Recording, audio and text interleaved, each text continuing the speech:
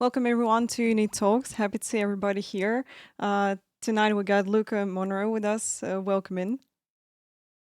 Hello, thank you, Leoboff, and thank you to everyone within Init who has asked me to come on the show. Yeah, thank you so much for taking your time and be with us tonight. So let's start with how you get into sim racing, how you get into this industry, and it's actually how you start your way into it. Yeah, I'll provide some background. So I have been a writer for the sim racing publication website Overtake GG since June 2021. I've always been very big into racing and gaming. I've always been a firm believer in its brilliance. And as far as PC sim racing goes, I've been involved semi-competitively within it since about 2023, which would surprise some people considering what I've been doing for a living long before that. But yeah, the This industry is absolutely phenomenal. I'm very genuinely very privileged to be a small cog in this very big machine. That's great. So, how you actually get into Overtake GG? How you found each other? So it was actually I was doing a 3-year degree at university. This might surprise some people about comic books, Hmm. which I don't think many people would believe, but it's true. And I had actually entered into it because I decided I wanted to work in some kind of like artistry industry. Specifically, I wanted to potentially create like designs for cars within Grand Theft Auto, Hmm. which because if you don't play Grand Theft Auto, basically all the cars are fictional, but they're based on real cars very loosely. And I was about what 2 years into it when I sort of realized that maybe Rockstar wouldn't exactly be the best work environment for me. And but it was around about that time that I discovered Overtake. I'd been writing for a publication, a voluntary publication called the Pit Crew Online until then, writing about sim racing.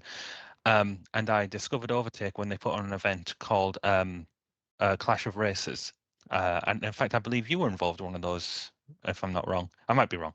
Point is that I discovered that I thought it was absolutely brilliant, and I forged quite a good connection with Overtake. And then I applied in the latter part of 2020 and got accepted. And it's been a very wild ride. We've gone through many phases of leadership, but I've always stayed, and it's a job I'm very privileged to have. That's really great that you found each other, and am pretty sure that you had some kind of passion in racing before that. So, do you remember maybe you play some racing games in your childhood or something like this? So, tell me more about this. Yeah, I was introduced to racing games relatively young. My brother had a copy of the 2004 F1 game, and he had a very basic steering wheel, and he would like balance. I would balance his steering wheel like on my knees and press the pedals into the carpet. And we would spend quite a while just driving. I was always Michael Schumacher because everyone loves the red car, and uh, I would beat him predominantly most of the time, but the only times I couldn't beat him was whenever we were driving at Monaco and he would just wall ride everywhere, and I would try and do it legitimately, and he'd do it in less than a minute. Always irritated me that. But going on from then, I got into. I was mainly always a PlayStation guy, so the F1 games, Gran Turismo, those sorts of games were my mainstays. I was not into like the arcadey stuff. Not that there's anything wrong with that, of course. Um, and for the longest time, I actually kind of stayed. I mentioned earlier that I only got into PC sim racing for 2023 because I was just so like overwhelmed by it, like all the various things, and I thought with how expensive PCs are, you know, like most people pay north of £2,000 for, I don't know, just the processor or something. And I was just like, I don't know if I could ever justify the expense of that. So Hmm. I just sort of told myself to be content with what I have and to not overreach. But then we'll get to it later. I had my reasons for getting into PC sim racing, and I ended up with United Sim Team, who a couple of the people behind the scenes of Init are involved with the running of, and it's been quite a wild journey since 2023. I've come a very long way, and I'm very fulfilled by all the sim racing I've been able to do. Yes, you mentioned that you was a big fan of Michael Schumacher. Was as well during my childhood. So I raced in karting and also was really passionate about Ferrari and Michael Schumacher these days. And many people, I think, started from console. Actually, it's really good way to start some racing because it's not really expensive. It's a good way to just try some racing if you want to continue. So just like happened for you, for example, yeah. So you just started with console, then you felt like, oh, this is what I really want to do, and then you started to uh, get funds for the PC and move to PC sim racing, and it's great, I think. Yeah, and the thing you said about there, like it's always a good start. I think everyone needs that initial foot in the door, metaphorically speaking. And consoles have always been a very relatively easy entry point for a lot of people. Like even with the more sort of arcadey style of driving, and for me, getting when I was mainly just stuck with the F1 game and Gran Turismo for a while, and I convinced myself I probably wouldn't be that good on the hardcore simulations like, iRacing and ACC and R Factor and all that, because I didn't think I was doing that good on the console. So how could you don't want to fall into a trap of thinking, oh, if I spend more, I'll do Hmm. better. But thankfully, I overcame that and been able to been do semi good in a lot of different events. Hmm. So tell me, please, how is your transition went from console to PC? So actually, what was your first simulator on PC? So when you jump into it. Well, I definitely tried to acclimatize myself by making the try and identify the gaps between PC and PlayStation by going for a common title, and that was Assetto Corsa Competizione. Hmm. Both of them being on PlayStation and PC, and so I think that was a good idea, because if I'd gone straight for something like R Factor or iRacing, I would have been too overwhelmed and just sort of like bailed out of panic. But the it was surprisingly quite familiar to me, being able to um, manage the like in-game menus and how where everything is and how to install everything. And there's so many files when you go to, like, for example, when you go like get setups from your setup provider, you have to know where everything is, and and there's so much involved. But thankfully for me, I had a lot of good people around me. This was before I actually got involved with United Sim Team. I had a lot of people within the community who were helping me with hardware specifications, and the biggest one that I believe a lot of people might take for granted is it's the monitor. Like, I have a traditional 16 by 9, 48-inch monitor. I used to have a 58-inch flat screen TV, Hmm. and I didn't realize at the time the amount of input lag I had, and Hmm. I trained myself so much to just like turn the steering wheel in advance, and it was like a really bad habit.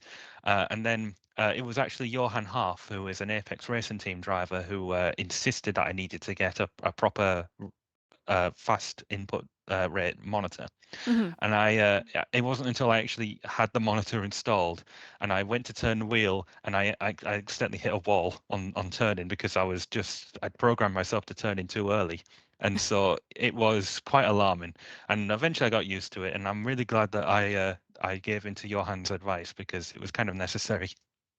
Yeah, monitor one of the most important thing for sim racing, I think, because the responsive time and also, for example, I got triple. It gives me more angle view to the situation which we got in the race. So that's cool to have always.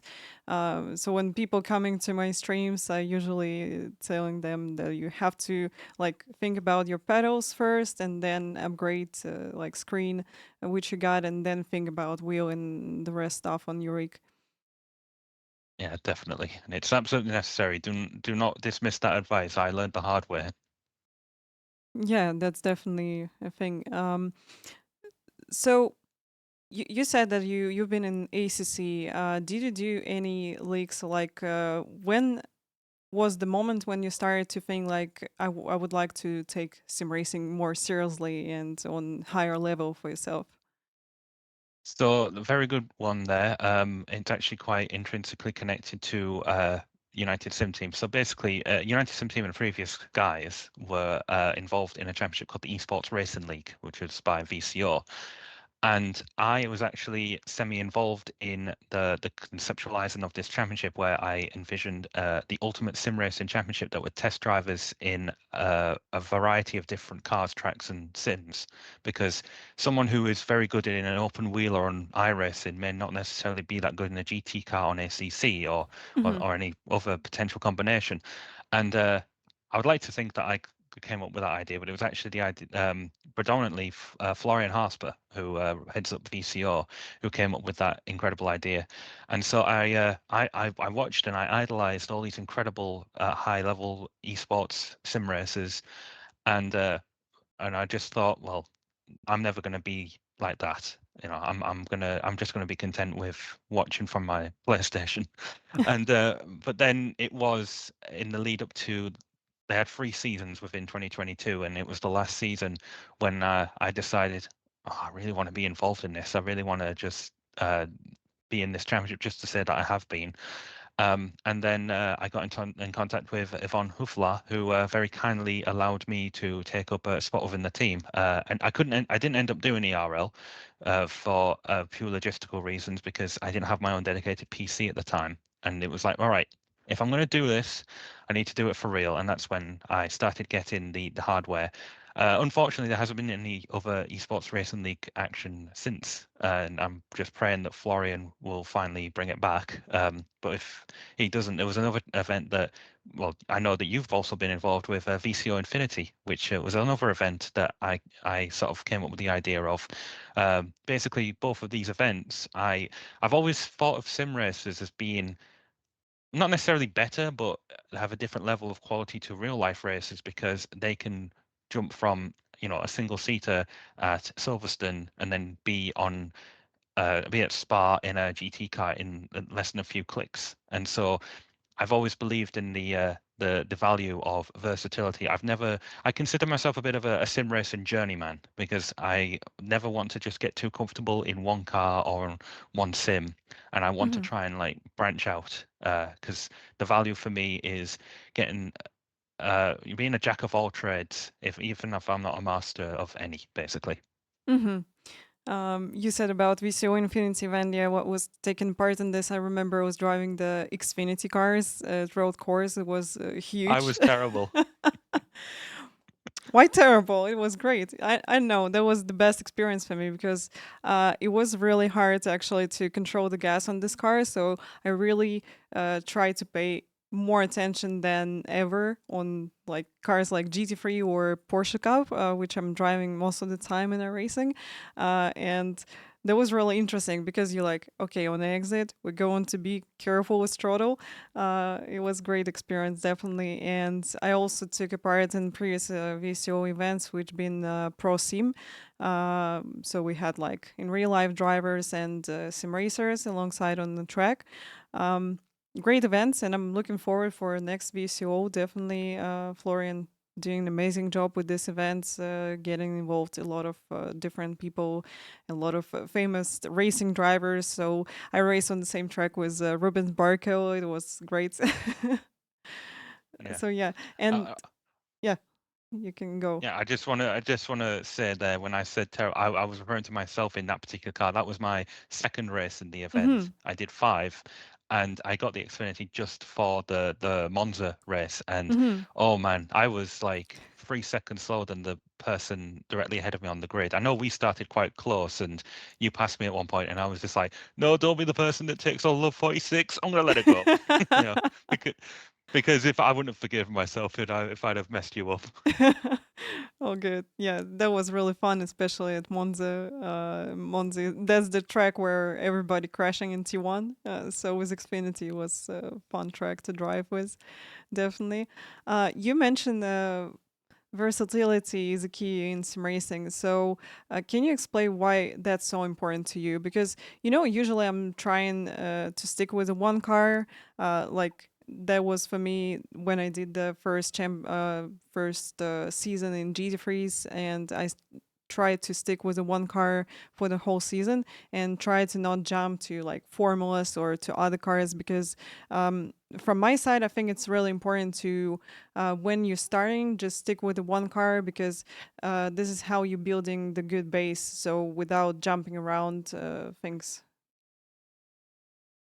Yeah, well, a lot of sim racers that I have idolized have been ones who are never always firmly stuck in one car or one sim. So, for example, Enzo Benito, he is to me one of the best. Frederick Rasmussen, who has recently won the F1 Sim Racing Championship, but he's also a champion on iRacing and R Factor, which you can imagine how big the gaps that are there in terms of the quality and the abilities needed. And also Ulash Ojildirim, who is good on the F1 game, good on Rennsport, good on iRacing, good at ACC.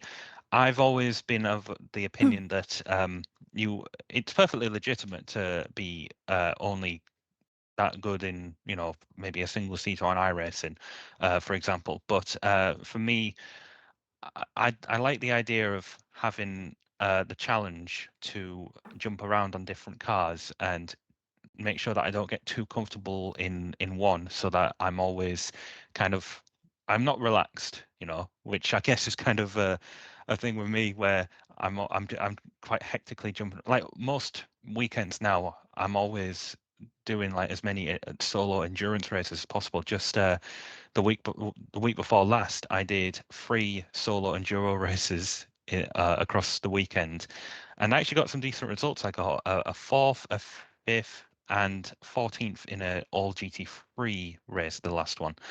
Um, and having those experiences really feels very fulfilling.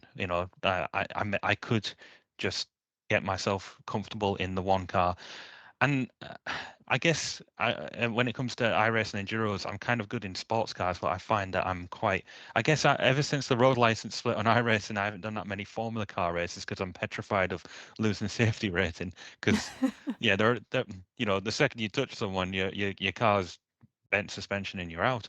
But yeah, if I could keep my safety rating, I'd probably do a lot more and try to because right now when it comes to like for example Super Formula, I'm definitely not that good in it, and I should be doing a lot more of it. And just making sure that you're never too at ease in one car and relying solely on that to do well.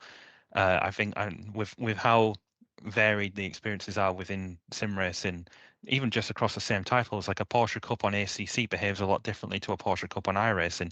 Having those shared abilities across multiple platforms, multiple cars, it makes things a lot more interesting, and I think it really improves your abilities as a driver. That's a really interesting point because I'm a little bit opposite point of this because I personally think that you have to focus on one car and like work with the data, with telemetry, with your to correct your mistakes during the practice sessions. But it's really interesting that you thinking that if you're jumping from multiple platforms, multiple cars, so probably gaining more experience because of that. um, that kind of happened to me when I started to do ovals. So that's completely different discipline, and I learned a lot, which I didn't learn in road course because having that really close battles. Unfortunately, in road course, most of the time as you're getting in the car, um, so it's kind of working for me. But I prefer to be in a racing right now. I really like Assetto Corsa Evo, and I'm so excited for it because I really like how car feels here, how it just feels on track when you're driving it, and how the force feedback feels. And unfortunately, I'm not a big fan of the ACC. I just don't understand how to drive GT3s here at all after racing, so I need a lot more time to get used to this. Are you used to the oscillation on the back when you go around the corner? You're just like, "Ugh," like that. Yeah. Yeah, I don't get why it does that either. Yeah, ACC feels a bit weird for me after racing, especially with brakes, because you have to really smash brakes in ACC, and yeah, it just feels weird. So I need more time to adapt because when I switched from iRacing to Factor 2, that was quite easy to adapt because Factor 2, in my opinion, really close to what we got in iRacing in terms of feelings and how the car feels on track. But yeah, ACC is different for me. But if people enjoy ACC, and that's great opportunity that you can start from console with ACC and then move to PC sim racing. So probably ACC just opened a lot of doors for many new sim racers. Maybe some of them already in racing in other simulators also. Definitely. And also on the note of ovals, yeah, you're braver than me because I tried to do an oval race once. I do not have the guts for it. I admire people who do. You have to because Oval's just absolutely incredible. And we got this Draft Master series, which is great because people really like to drive Daytona because that's like a roulette. So you can guess what result you're going to get, and every time you just focus on the race, then you I have to survive here, and you're trying to do everything to survive, and you're trying to predict what people ahead of you going to do, or maybe they started to move in a weird way, and here's a crashing coming. So yeah, it's a great experience definitely, and give me a lot practice with how to avoid crashes and how to be. Focus on other points on track when crash happens. So you have to focus on the free space which you see, not be focused on the car which crashed. So yeah, it's definitely a good thing. So you have to try if you're going to have a free time. Why not? Maybe. um, so speaking about cars, so maybe you got your favorite combo like in a racing, maybe in ACC. So what's the will be the car and the track? Well, I can definitely tell you the car. I when I was starting out on iRacing, I didn't try to like go no head first into very long races. I wanted to try and ease myself into it, the first two endurance races I ever did was actually with a mutual friend of ours, Elson Gianni. We did a race at Road America, a 3 hour one, and then we did the 6 hours of Watkins Glen, which I elected to do the Friday evening time slot, which meant that I was up until about 5 a.m., which was quite an experience. But then when it came time to doing, I wanted to drive prototypes, and there was that in 2023 the event, the MS Charity Race, and that year it was the two GTP cars, the at the time the BMW and the Cadillac, and then DBR9 and Corvette GT1, and the GR86, and I know that I wanted to do the prototype in that, and I did it with one of my teammates called Patrick, um, and I let him sort of like ease me into it, and it was actually quite a we ended up picking the Cadillac, and it was quite an experience because if anyone did that race and you did it in the prototype, you would know that if you can dodge your way around Hmm. GR86s, which are basically moving mobile cones, then you can be able to premeditate and go for the right gaps in with any car, because predominantly GT3s are the slowest cars that the Cadillac would race against. And that became for some reason, I just really gelled with the car, the Cadillac, and driving that, no matter what track it is, for the most part, it was just an absolute dream. It really suited my style, and obviously, we all like loud noises. The big V8. Um, as far as tracks go, I mean, I'm a bit of a uh, I'll drive pretty much any track. Um, I've enjoyed quite a few successes at Silverstone. Spa-Francorchamps is another. We drove. My team, we entered the 24 Hours of Le Mans Global Endurance Tour race in August, and that was something I'd really wanted to do in the Cadillac, and I'm also looking forward to driving hopefully the 12 Hours of Sebring in a couple of weeks, also in the Cadillac, and then I won't pester anyone else to drive it again. I just need one teammate to do that with. But yeah, basically predominantly most tracks. I'm not really fussed about that, but as far as cars go, quite easily the Cadillac, and I've enjoyed quite a lot of successes in it. I've even won a few championships in it. I really like also GTPs. First time when I tried GTPs, there was at Daytona. We did 2023 Daytona with ETRS Sport. Uh, we had BMW GTP at this time. It was absolutely a great experience because I used to drive a lot of prototypes, HPD, LMP2, but then I racing switched it to Dallara. I didn't like Dallara a lot, and right now, to be honest, I really enjoy GTPs because they fast, they quite easy to adapt, and quite easy to manage all in car stuff. It was really complicated, for example, with LMP1, which we had before that. Um, so yeah, I think the prototypes just bringing like fresh air into our racing and into multi-class racing as well, because they're just great. So I really like the cars. And you mentioned that you won Motorsport UK Esport Prototype Challenge. So can you tell me more about this league and what did that championship mean for you? Well, a couple of the week before this series, I actually won my first ever league championship in another community, and that was quite a good, a monkey off my back, I believe the phrase is. So I didn't try to sort of go into this series with the intention of winning the championship. And for the first three rounds, I didn't think I had a chance. I scored about 26 points across three races, and it was the penultimate round. Just for some context, I had actually suffered quite a humiliating defeat in the third race. I was second in class, and this was at Road America. I was trying to navigate my way past an LMP3, but that last sector is incredibly, single file.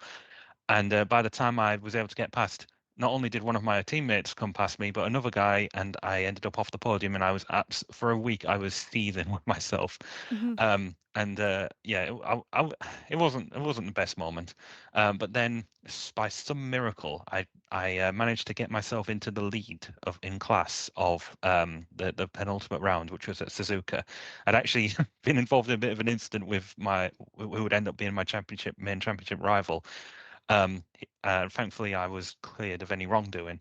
But it was a huge point swing, and I said afterwards, I've had a win now. If I don't end up winning the championship, I don't expect to. So be it.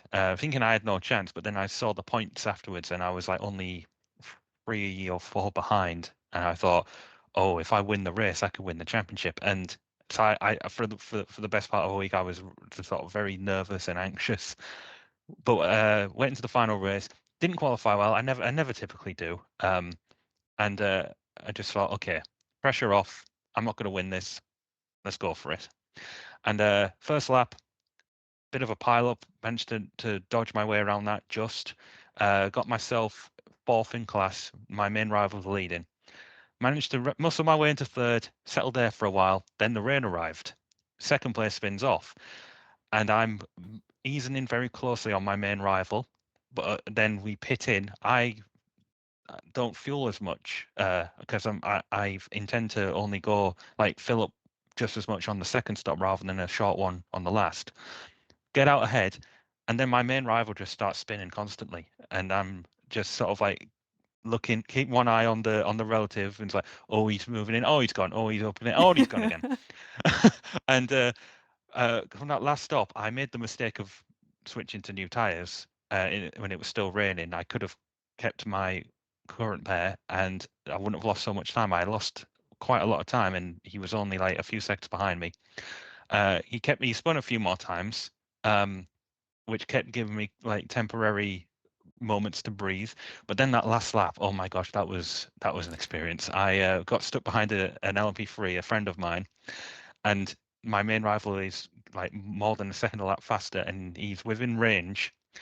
And then going through the first corner at Silverstone, I say it was at Silverstone? I don't think I did.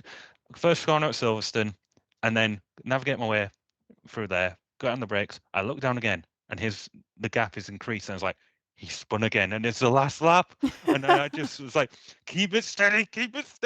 And I'm in the same channel as one of my teammates who's in LMP3. And it's like, I'm coming up behind you. Don't make it difficult. I'm about to win. And I get across the line, and I am absolutely over the moon. It was probably the highlight of my life, and it's also how I won this shirt, by the way, because Abruzzi was a sponsor of the series, and Hmm. also, got these gloves as well, and racing boots. So I got quite a good deal for winning that championship, and I don't think I'm ever going to. I think I peaked there, in winning the LMDHM championship in this series. It was something I'm very keen to look back on constantly. Whenever I'm feeling a bit down, and I just remember I've won that championship, and anything else now is a bonus. That's great experience which you had, and congrats with the first position in this prototype challenge. I hope you maybe go on to get it once again, get a win in more serious championships, or maybe you go on to take a part in this one once again. You mentioned some kind of overcoming negative self talk. So can you tell me more about this? So that happened Yeah. after you win, yeah, as I understand. Yeah, it kind of I'm kind of in that first phase again now because we just had a really like gut-wrenching defeat last week in the Bathurst 12 hours. We just missed out on a podium, and I not the fault of anyone, by the way, like, but basically I keep getting into a bit of a vicious cycle because I really want to succeed. I want to enjoy what I do, but if if you can get an amazing result, you're not going to be like, oh no, I don't need that amazing result. I'm just going to let the other person win. I don't need. No, you want to do it. And not only in the Motorsport UK Esports series, but in the series that I'd won the in the week leading up to that, I came very close to my first win, or at least a first really good result, first podium in both those series, and then I keep losing them right at the end, and I just convinced myself, I messed up, you're an idiot, that sort of thing, and it's very all-consuming in a way. Letting these things get to me, and I know I shouldn't let it. It's just what we do for fun, after all. But you want to care, and that's in particular the after the Suzuka race. Oh, I'll never live this down. When I won, I was being interviewed afterwards. I was weeping. I was crying, and the commentators were quite taken aback by my response. But they said it was great to see that I cared so much. Overcoming a lot of, like, hindsight is obviously so 2020. Thinking that you could have done things so much better uh, in that moment, but you're reacting in real time, and you can really get overwhelmed with emotion. And the best thing you can do for yourself is take the positive that you definitely care about what you do.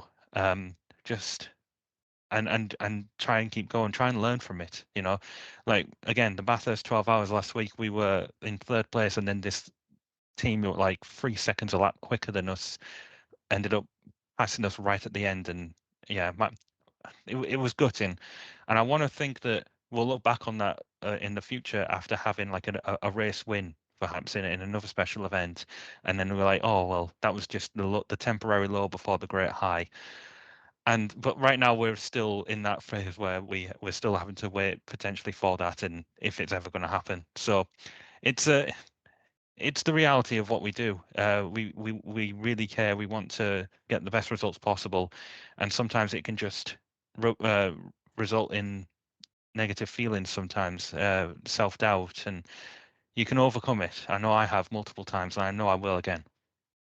Yeah, definitely. We all get these moments in sim racing and racing. I get a lot of this moments, and I remember I was leading the Pascal Stars race with GT4 at Watkins Glen, and then I think there was Matt Malone and Casey Kieran. They've been incoming, and we just had like I don't know, maybe 5 or 6 laps to go for this race, and unfortunately, crash happened, and I get involved into this crash. I was really upset because I was leading literally like the whole race, most of the part of the race, and that was really upset moment for me. But what I understand right now that just I did my best, and crash happened not because of my fault. And I actually understand that that kind of things can happen because we got people around us, and people can make mistakes. Something can go wrong, like your connection can be lost or something like this. So that's just a part of sim racing, and not every time all things go smooth as we want to. And I just always telling to myself that here's always another one race, which you can win probably, or you can get a really good result in, and you just have to get the most experience from the race which you did. Even here's a crash happen, you still can go watch replay. Maybe you could do something differently, like to avoid this crash, or like you're going to see on replay that nothing you can do, and you're going to feel relief because of that.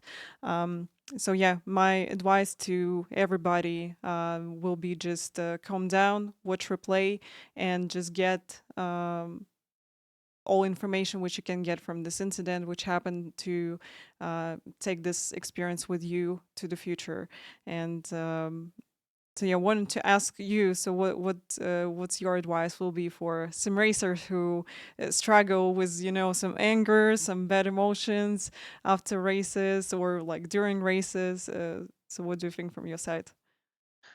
Well, relying back to our Bathurst result again, gutting. But the fact is that the team that ended up beating us had actually started on pole, and so they lost 3 positions. We gained Mm-hmm. what 22. We started 33rd, and I did the first 2.5 hours, and I was really happy with my performance.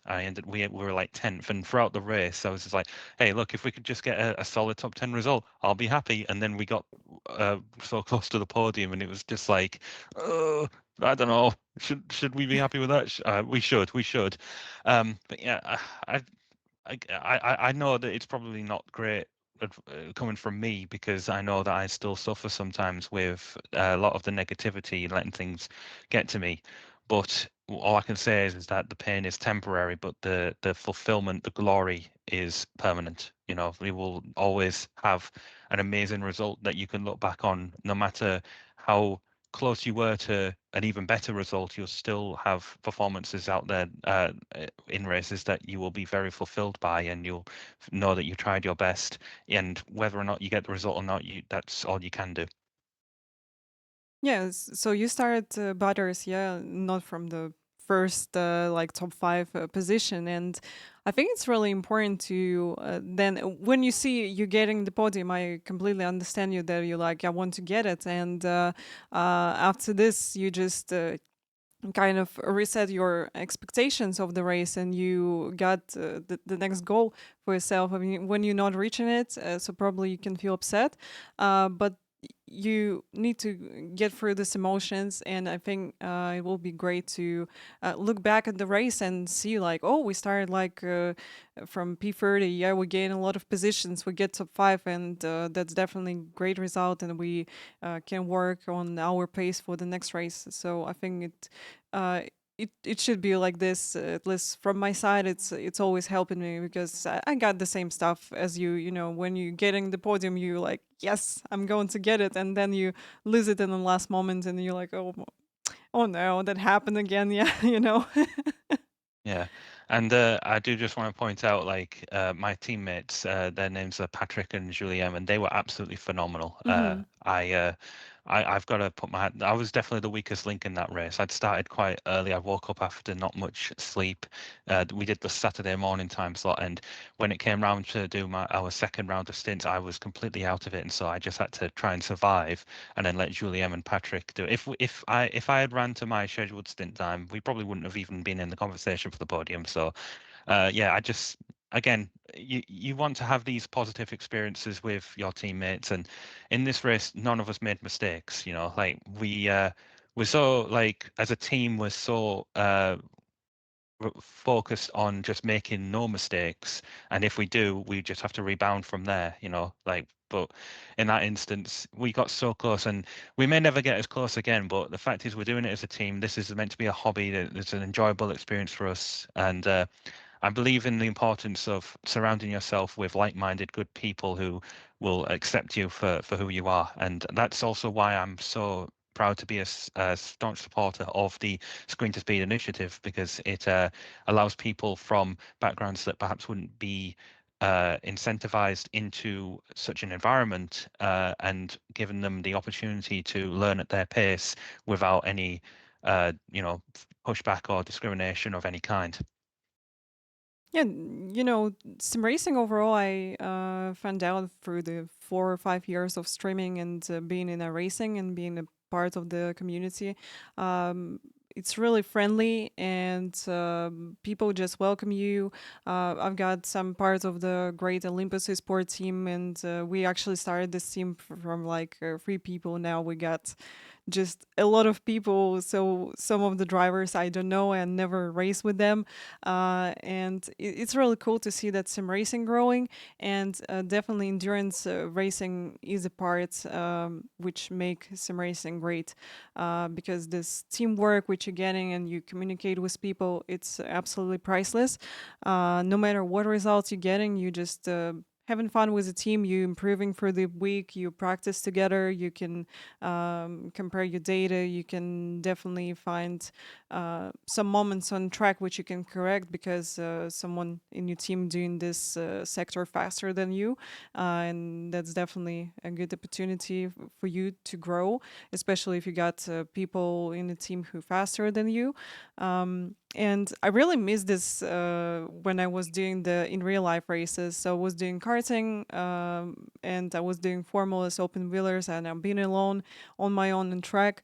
And definitely the endurances and team racing. That's the thing which bring a lot of people into sim racing, and I hope we're going to see even more people in the future here. And as you said, screen to speed doing the great stuff, and overall, I would say that sim racing environment is really friendly, really welcome, and even compared to in real life racing, because I had some toxic moments, like on the track and outside of the track. So yes, sim racing is definitely more a friendly place to be in.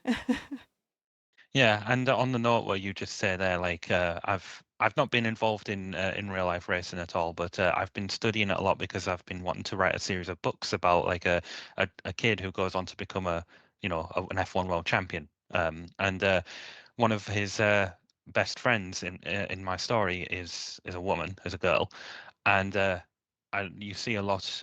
I saw a lot when I was going to karting tracks all over the country. The sort of like it's a bit of a boys' club. It's a father and son living vicariously thing, and girls are often discouraged from being involved. And that's what I feel like is so brilliant about what Screen to Speed and do, and all the other major communities out there where there are, inclusive environments, for people who are, you know, of different sex, different gender identities, different like sexualities, races, religions. If it's a safe space for these people to be able to come in and feel like they're not being no one's being hostile towards them. It's genuinely brilliant because then they feel like they're in an environment where they can flourish, and and seeing so many people growing up who are actively discouraged from doing whatever it is that brings them fulfillment. That's something that I've always really appreciated about all these various community teams. Like United Sim Team, for example, we are open to anyone who wants to join and who wants to learn, who wants to have fun with this incredible hobby that we have. It just sucks that we live in a world where so many of these people, both in like occupations and also in hobbies, are unfairly treated. And Screen to Speed is doing a lot to correct the course for a lot of girls who never got that encouragement growing up. Yeah, I think I agree with you with this. That just no one should discourage you to do what you want to do and what you love to do. So no matter if you uh woman or man, you if you want to do some racing, like feel free to do this. If you want to, I know, running, if you want to go racing, just do this, and no matter what people going to say to you. And I found out that here's always people who's going to support you. So I had a little incident in a racing. Some people just bully me in races. They've been following me in every race, and just thanks to our racing, just submit my um, reports to these guys, and this things completely stopped. And I also met a lot of support at this time from community, from Twitch, from iRacing as well. Many drivers who also race in at this time. There was a indie pro with me. They also started to like protect me, so that was great. And definitely, Screen to Speed give the place where we can feel safe, and we can also find other female drivers who's doing sim racing, and you're like, oh, they doing sim racing, I can do this too. So it's really cool to see more girls into this. And we got, for example, the Porsche Sport All Stars this year, and we got 3 girls in it. This is me, this is Storm Melina Emery, and I hope we're going to get even more girls into sport events, and so we'll have like more equal sim racing with a lot of girls and then a lot of guys also in it. Yeah. On the note there, you mentioned there about those people that were being horrible towards you. As a team, United City, we run pride flags on our car, and I'm very proud to don those flags, even though I'm not LGBT myself. But I have had instances of people seeing that. Like, for example, this point last year, I think the week before the Bathurst 12 hours, there was a community called, I won't say their name because it's not a fair reflection on them, but Hmm. one of their members had actually seen a car that me and one of my other teammates, Bill, had been driving with a pride flag on the Hmm. spoiler and went to try and take us out. And they didn't know that I was in their Discord because I was going to do an F4 series with them. And I saw that and reported them. And they got disciplined, but unfortunately, that is just a rare case of people being punished for what they do. And recently, I had someone try and take me out in a sports car challenge race after being in voice chat saying, "Why have you got a pride flag on your car?"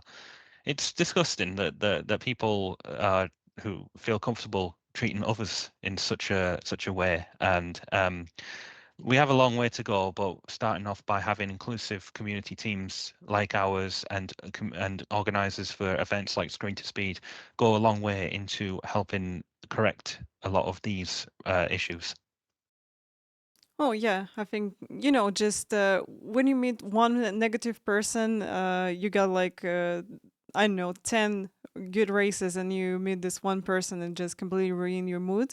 Uh, Mm. just because we people and we can be really sensitive in some moments, and it's absolutely fine. Right now, just trying to not really paying attention to this people, because I always, got like iRacing support next to me. I got the community support next to me, and whatever they going to do, the bad things, they're going to be like reported, and iRacing going to deal with them anyway. Because so usually I just see that.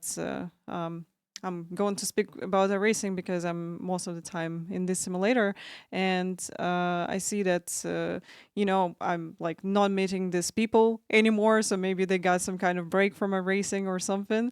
So yeah, that's a good thing that we got a community who also trying to keep our hobby safe from this negative toxic people who just coming and trying to destroy someone's fun instead of having fun with everybody.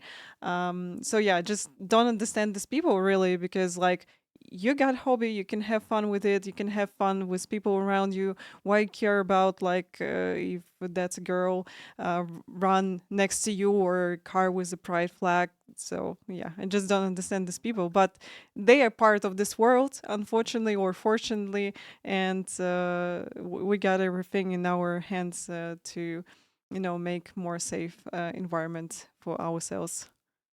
Definitely, yeah. um You mentioned that you've been critical about iRacing pricing structure. So, can you tell me more about this? Because I'm really curious. You said that like some content not using in iRacing. Going to tell that I really don't care about this, because people just race what they want to race, like GT3s. I know Formula 4, Formula 3, and yeah, we got some cars, we got some content which not using a lot, like I know Formula One maybe, or Mm. Mission R, Porsche. Yeah. Uh, No one uses that. so I'm just really curious about this. So why you care a lot about this? Right. How long have we got? No, okay.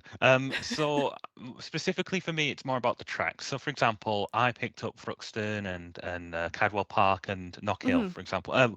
Let's just use one particular series, Formula Ford 1600 Open setup, which Motorsport UK Esports have recently just entered into a partnership with, and subsequently have mandated a majority British tracks. And I honestly, as much as I get people's grievances with removing the community input from that, I think that it can still work. But unfortunately, for me, the issue becomes that iRacing are, as much as I like them, they are completely disconnected from the community. They think they can price a very like take Cadwell Park for example.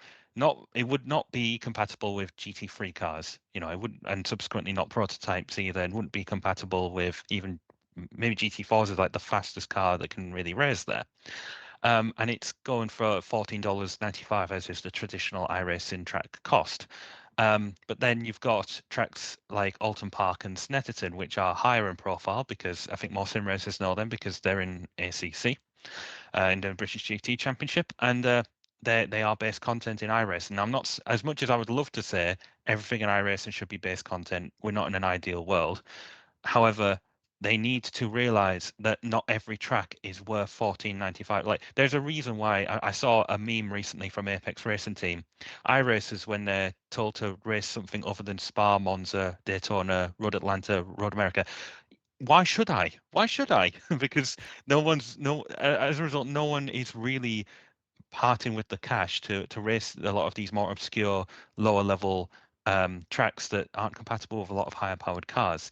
And as a result, Motorsport UK Esports Formula 1600 Open Trophy, bit of a mouthful, I know, is very rarely going official now. And they even went out of their way to pick tracks that are not in the UK, but that are also very low in terms of participation, like Zolder and Saxonring. And it's just like, you're it's like you want the series to fail. It's like you want people to see all of this content that is rarely ever used elsewhere and to then not bother because you've got a fixed setup Formula 1600 series with a lot of all base content, so why should you then bother trying to buy this track for a series that won't have more than four signups, you know, because then the races won't go official, so then what's the point in ever doing them?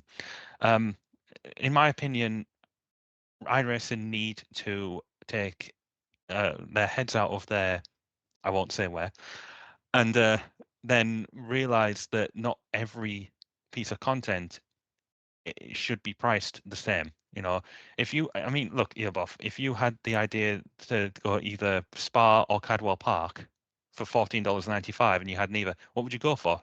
You don't have to answer that. It's Spa. You would go for Spa, wouldn't you? Because it's more compatible with more cars and it's one that so many people will love to drive. And so that leaves Cadwell Park out to dry. Like there's a reason why that French track, Lebanon, it was added and then the season after it became base content.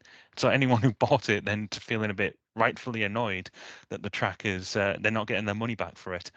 And so yeah, it's just frustrating because I love iRacing, I love driving it, but when certain pieces of content never end up getting used after you've already paid for it, and in officials anyway, you might go out of your way to coordinate with other communities and leagues that use the content, but the majority of people in iRacing are racing officials, and if they can't get into a race with a certain piece of content, then they're not going to buy it because it's never used, and then subsequently the tracks are never used because no one buys them. And so yeah, it's a source of frustration for me, and I just hope one day iRacing will start tiering the cost of their content, depending on what they think is going to be successful or not. Well, I think in my opinion, we got the same prices for tracks just because racing doing the same job for any track. Like doesn't matter if it's Spa or Cadwell Park, they going to like get the laser count, get all objects and everything. So in terms of simulator, they doing the same job for each track, and Mhm. I think it's kind of, I know. not fair, but it's okay. Like if it's cost like $15 for each track, it's okay. For example, if we're talking about ovals and ovals, we got some tracks which cost like $11, I think, and some other tracks cost a bit more. So they got different prices for short tracks. They usually cost less than big speedways, and yeah, for road course, speaking about tracks which people don't use often, yeah. So we see a lot of people like in GT3s running the Monza, Spa, I don't know, Road America, Road Atlanta, but not a lot of people running like Saxon Ring, as you said. The reason in it, I think, because people just limit it with the practice time probably, and they probably don't have a lot of time to learn new tracks which we got in our racing, and they just jump in tracks which they know pretty well, because many people started our racing many years ago, like in 2012 or even in 2008 or in something like this.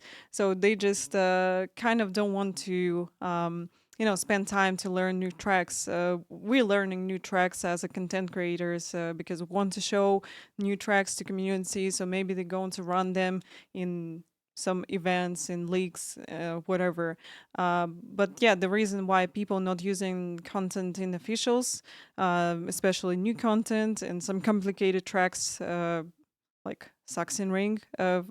For example, I think that's just because people get used to race Road Atlanta, Road America, because Yeah. they familiar with these tracks, and that's definitely not about the price. And I don't think the price going to change anything, because you mentioned also Lebanon circuit, so it was for the price, and then they made this free, and for the free track also no one raised this. Oh, So yeah, yeah, you're right. that's not changing really anything. Just because people get used to these tracks, they real like this favorites and tracks which we all like, and people like to see you racing like Road Atlanta, Road America. If it's going to be all 13 weeks with Road America, people going to race it, and then people going to watch streams. Yeah, yeah.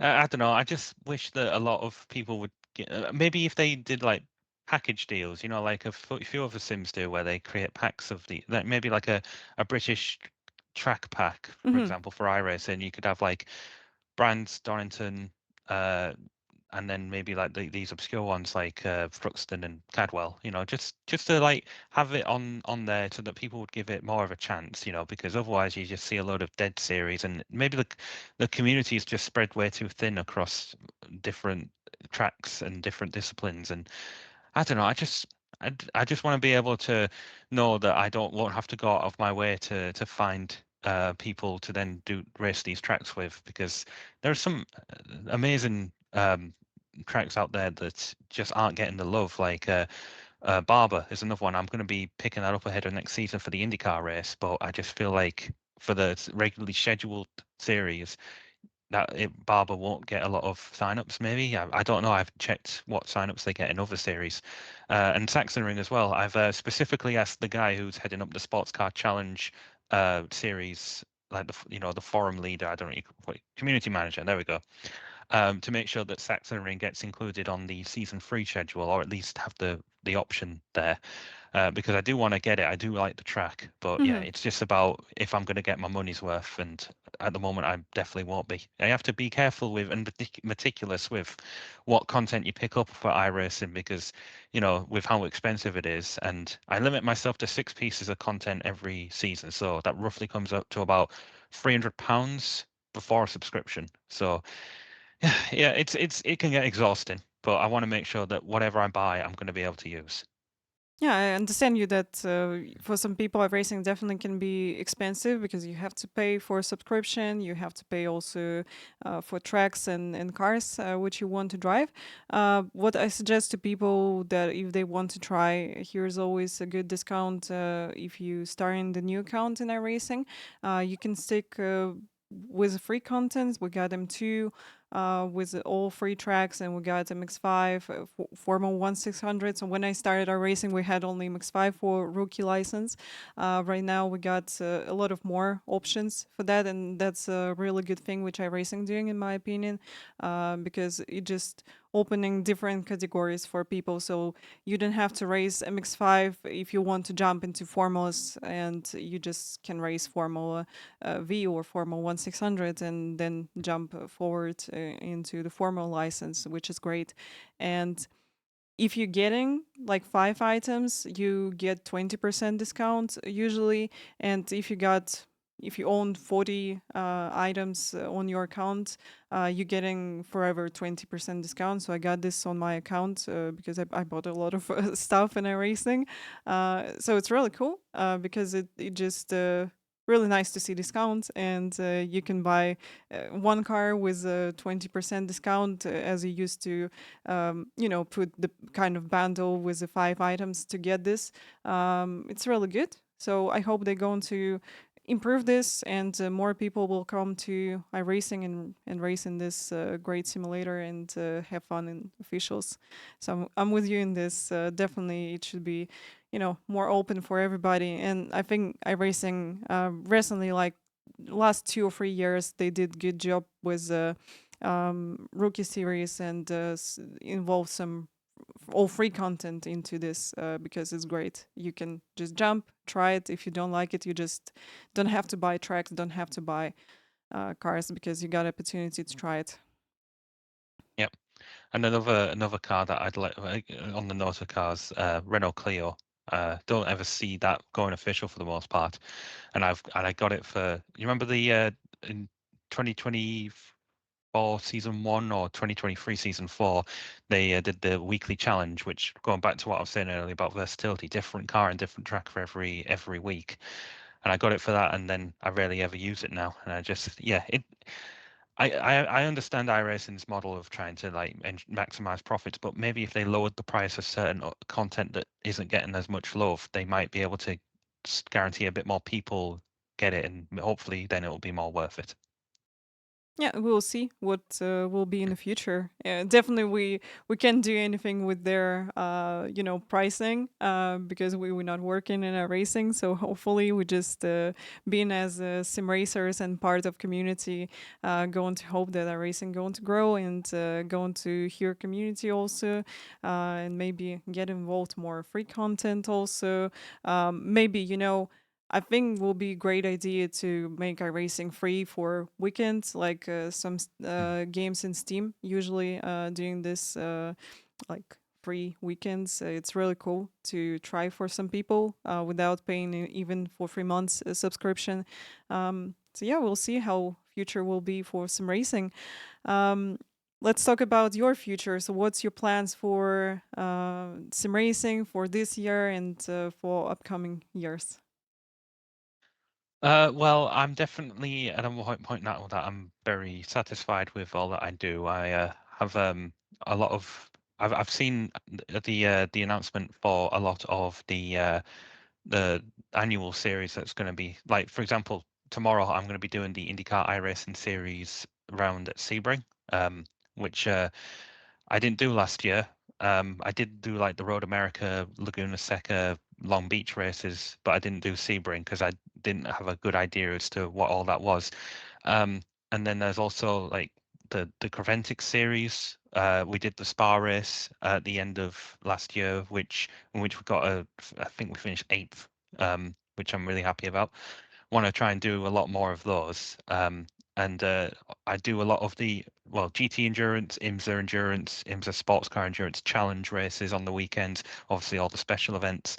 And I also plan on doing, last year I did 5 solo races in the Nürburgring Endurance Championship, one in each car class, and with varied results.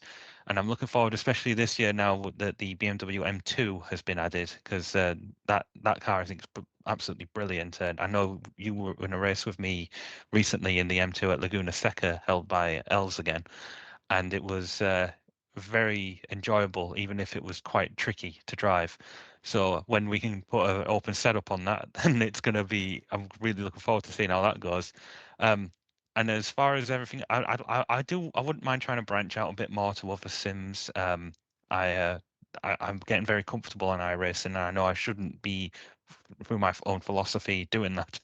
And I've got, well, my teammate Patrick wants me to do more LMU stuff. He's only just recently succeeded in bullying me into his community, where he's doing a 100-minute race around the Sakia outer layout because they've just added all the alternate layouts into LMU. Um, and I would love to do. Sophie's in chat now, and I'm really worried that this is going to seem like I'm calling her out. I really want to try and get the whole ACC based Notchlife for 24-hour race off our back, because I'm hoping that Luffield Motorsport will be we'll be doing that again. And I'm just praying that we'll have the team for it, because you know we did the Nürburgring 24 on iRacing last year. We're going to do it again this year, and I'm looking forward to it. But ACC, you know, people have been wanting Notchlife on there for years, and then they finally get it right when ACC is kind of dying off. I just want to do one, and any endurance event, and also plan on doing a lot of long haul sport Formula car races, like I said there with the IndyCar. Also the vintage Grand Prix Tour that's starting up with the Lotus 79. That's I'm picking up the car. Look, I've already test driven it in demo drive. It's very, very fun. I would recommend it to anyone. Just want to do as many long haul races as possible, be as successful as possible. It's something I need to do. It's just I've rested on my laurels for so long with regards to these high level sim racing events. I'm just really, really keen on doing as much as I can in as little time. You got really good plans for this 2025. Wish you good luck with all your races. Hope you're going to get podium and good result. Main thing, just I think, be focused on your own pace and trying to like getting experience step by step. And the last one, I would like you to give advice to new sim racers, like new girls, boys who's coming into sim racing. So, what will be your advice for them? Definitely get surrounded by a lot of people that you can trust and that have your best interests at heart. Make sure you don't just surround yourself with people who will not be afraid to criticize, because that's how you improve. So yeah, very much it's important to have the right people around you, ones who can be quite tactful, but also that will be able to make you as great as you can, basically. Um, just before we end off, I assume that was the last thing you're going to ask. I just want to get this in before we finish. Lebov, you may recall an event we did together called Race Cella, also by Elzindriani. That event, I actually went into voice chat after we finished to say that I was very starstruck to have been racing with you, because I had become such a fan of yours after Porsche Esports All Stars, and to now know that I've just been interviewed by you, it's kind of like a weird subversion in a way. Like you would think that I'd be the one interviewing you for Overtake, but you're interviewing me. But yeah, I've been a big fan of yours for a long time, and it's a privilege to have been interviewed by you. Thank you so much. It was nice to meet you. Definitely, I had a lot of fun to talk with you, and it was fun. Thank you so much for being here. Yeah, so wish you good Been my luck. pleasure. Yeah, wish you good luck. Thank you so much for being with us, and see you guys. Thank you so much for watching another one in It Talks.